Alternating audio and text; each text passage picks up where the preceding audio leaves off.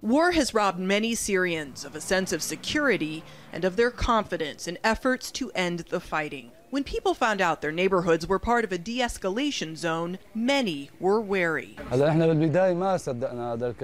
the beginning, we didn't believe in the agreement. We didn't expect it to be implemented. Even now, there is no trust. At any time, the airstrikes could start. Shadi Halak is one of about 2.5 million people living in de-escalation zones set up during the Astana peace talks last May.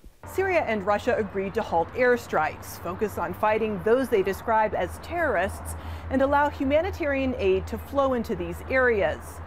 Some people are concerned that establishing these 4 de-escalation zones in western Syria is a way to contain the opposition, and it will ultimately benefit the interests of Russia and Iran, not the Syrian people.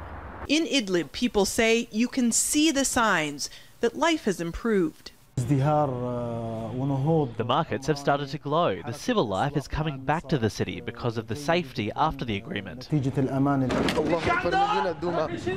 But outside Damascus in eastern Ghouta, fighting between the opposition and government forces has continued, despite it being on the de-escalation zone map, though people say some areas have become safer.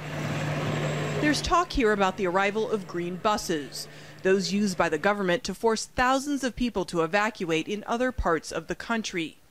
People also worry about how expensive it is to buy the basics and wonder when they'll have a water and power supply they can rely on.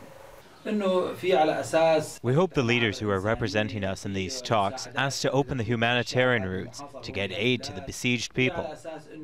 But in both these de-escalation zones, there was also a feeling, if only a faint one, of something not experienced in a while: hope. Natasha, Ghoneim, Jazeera, Gaziantep, Turkey.